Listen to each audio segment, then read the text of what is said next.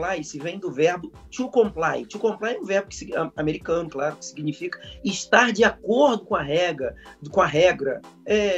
de cumprir, de cumprimento. E o compliance se traduz, muitas das vezes, numa norma eficiente de organizar a empresa dentro daquelas normas legais externas, leis específicas, aqui no caso leis trabalhistas, não só leis, com normatismo trabalhista como um todo, as leis internas da própria empresa, que a gente chama aí de regimento interno, e as regras comportamentais da empresa, mas sempre com foco, e aí o compliance, sempre com foco na prevenção de conflito, na antecipação ali de problemas e de correção de possíveis desvios que possam levar disputas danosas ao negócio, à empresa, que são deverasmente desnecessárias e altamente dispendiosas para quem já passou por problemas jurídicos, sabe disso.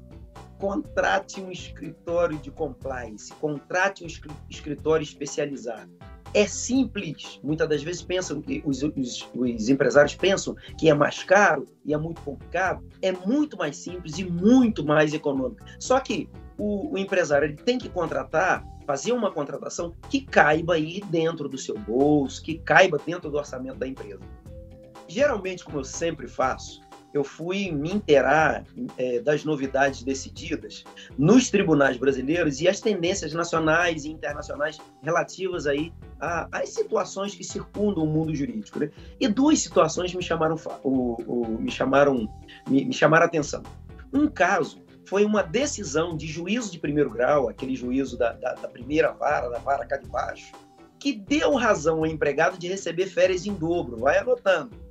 Ele sequer gozou férias, ele não gozou férias no período de férias, mas ele recebeu financeiramente. E aí esse funcionário entrou com ação na justiça pedindo recebimento das férias em dobro.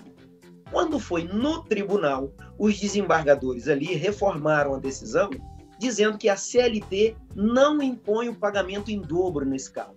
Por exemplo, se um advogado ou se alguém que não está acostumado com compliance, se não está acostumado ali a regras da empresa, a estudar, a buscar novidades específicas dentro do mundo jurídico ou na área que ele atua, certamente ele não vai saber ali dar uma assistência tranquila e dar uma assistência certeira à empresa. O segundo caso é muito mais importante e ele denota bem ali a possibilidade da necessidade de um compliance de pessoas experientes, de advogados experientes, de um escritório experiente, justamente para poder fazer aí essa assessoria à empresa. Foi o caso de uma empresa que foi condenada por demitir justa causa um funcionário que entregou um atestado médico rasurado. E aí, nesses casos, geralmente quando se recebe um atestado médico rasurado, se denota-se ali, se presume que o atestado médico foi rasurado pelo funcionário. 90% dos casos é isso. Quando o advogado ele é um generalista, ele vai lá, pesquisa simplesmente na internet e encontra ali dezenas de julgados dizendo assim, olha, pode demitir por justa causa que a justiça endossa. E aí ele vai achar esses casos análogos ali. E aí ele, na orientação da empresa, porque esse advogado não é o advogado regular, não é o advogado que trabalha no compliance da empresa, não é o advogado que está ali sempre prestando consultoria à empresa, que conhece ali a dinâmica da empresa. Ele foi contratado para esse caso específico. Então esse advogado muitas das vezes vai chegar para a empresa, porque ele não é um advogado especialista, vai simplesmente falar, olha, pode demitir por justa causa. Mas qual não foi a surpresa nesse caso específico? O tribunal ele reformou a sentença, condenando a empresa a pagar todos os meses em que o funcionário ficou fora da empresa, foi demitido por justa causa, todos os meses que ficou fora da empresa, e pagar uma boa verba de danos morais. O que isso acaba acontecendo na empresa? Isso acaba, muitas das vezes, essa condenação, sendo uma condenação financeiramente pesada, com prejuízos que às vezes não estão contabilizados aí dentro da condição financeira da empresa e pode levar, assim, um caos. Mas essa decisão foi tomada por ele porque ele não estava aí dentro de uma situação, de uma organização sintetizada e sistematizada dentro da empresa para conhecer, inclusive, a empresa, e talvez ele não conhecia nenhum do seu próprio direito. Milhares de outras situações a gente pode aqui externar, e elas devem ser evitadas e podem ser evitadas, sim, com a contratação de um compliance responsável.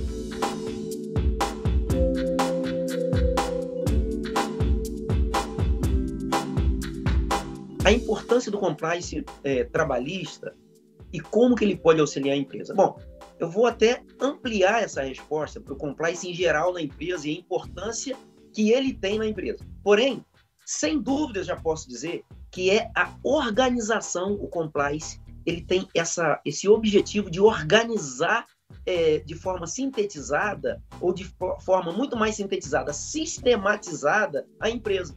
Ele busca o estabelecimento de uma cultura organizacional sólida. Isso é muito importante. E aí, o RH está dentro dessa cultura organizacional, porque faz parte, principalmente na área trabalhista, faz parte de um importante corpo da empresa. E o que o que ele traz aí, o que ele pode, o compliance, esse auxílio do advogado, esse auxílio da consultoria, pode trazer para a empresa? Bom, primeiramente, quando você organiza, quando você sistematiza, quando você traz aí uma cultura organizacional da empresa, você está buscando ali minimizar custos. Então, a primeira coisa é diminuir aí as perdas financeiras. Outra coisa que eu vejo também é a redução de litígios, e essa talvez seja uma das mais importantes. A redução de litígios judiciais e os custos com esses litígios. Recentemente, eu que faço compliance para uma empresa uma grande empresa aqui do estado do Rio de Janeiro, nós pagamos aqui recentemente, porque nós chegamos num tempo curto, e essa situação já vinha de muito longo, uma custa judicial de R$78 mil.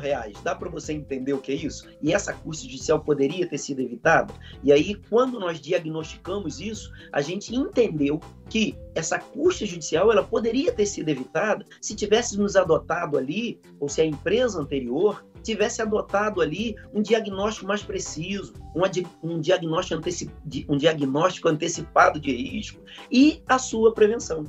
E também, outra coisa que também a gente percebe do benefício que esse compliance traz para a empresa é uma elevação na qualidade geral dos serviços e produtos. Porque quando você está bem embasado, quando você tem ali uma sistematização da empresa em qualquer setor, principalmente nesses setores que vão ajustar a empresa, consequentemente, a gente vai ter aí uma qualidade maior dos serviços e produtos colocados à disposição dos clientes. E no final delas, eu costumo dizer que a expansão sustentável do negócio também é um benefício, também é de suma importância, e isso o compliance pode trazer para a empresa.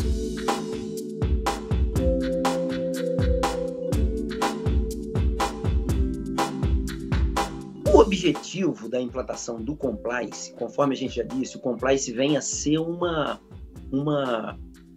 assessoria melhorada para organizar a empresa.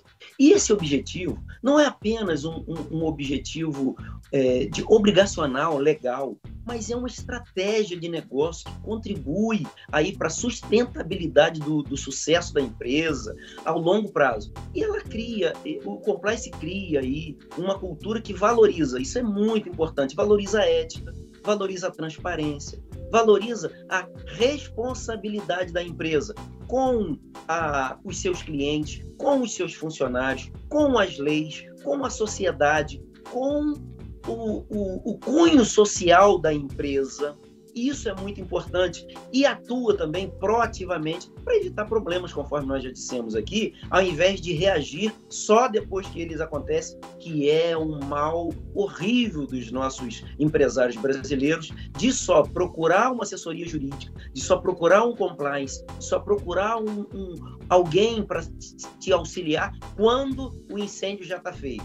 E veja como é interessante, porque quando você tem um corpo jurídico especialista na condução de tarefas de compliance, Quando o litígio aparece, isso para mim é um dos mais importantes quando você contrata o compliance de forma regular. Quando o litígio aparece, e posso garantir uma coisa para você, em vários casos esses litígios são inevitáveis, aquele que busca um corpo jurídico com conhecimento geral, ou esse corpo jurídico do compliance que está ali todos os dias, entendendo, vendo como que é a política da empresa, vê como que a política da empresa é implantada, tem total possibilidade de um êxito final mais palpável do que aquela contratação de um profissional isolado que chega ali simplesmente para atuar quando a situação já está complicada ou quando tem que discutir em 15 dias, muitas das vezes, que é 15 dias úteis, o prazo de contestação, fazer uma contestação em algo que ele tem que tomar conhecimento logo de imediato. Então, o compliance dentro da empresa regular, ele sendo contratado de forma regular, ele é muito, mas muito benéfico para a empresa e também para aquele profissional que vai trabalhar quando surgir um litígio mais sério.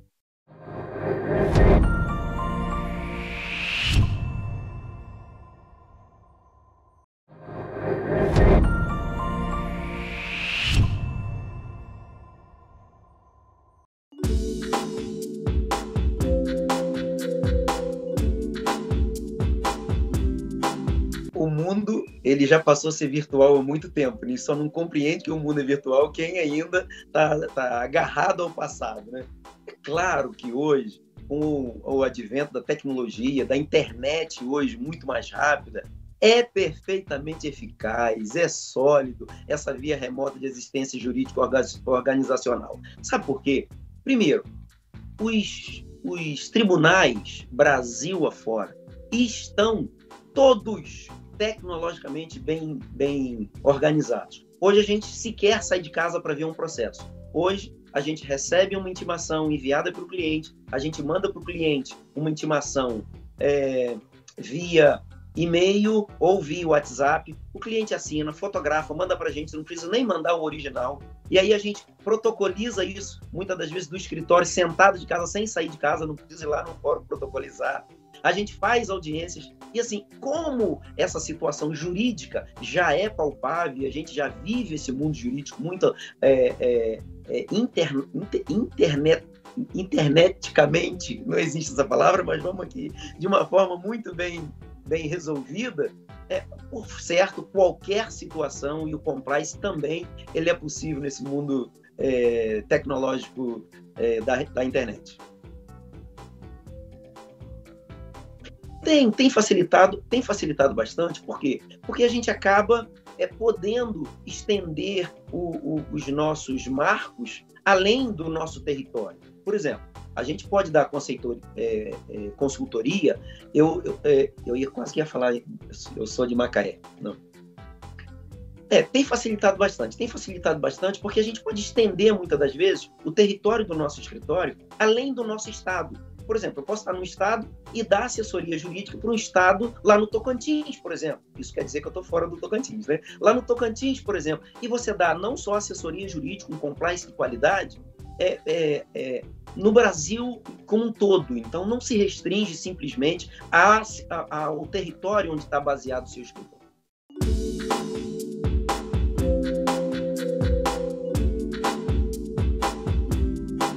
Geralmente, volto a dizer, o administrador de uma empresa, ele escolhe o seu advogado ou o escritório de advocacia para se auxiliar ali nas causas afetas à empresa, justamente por essa questão, por afinidade.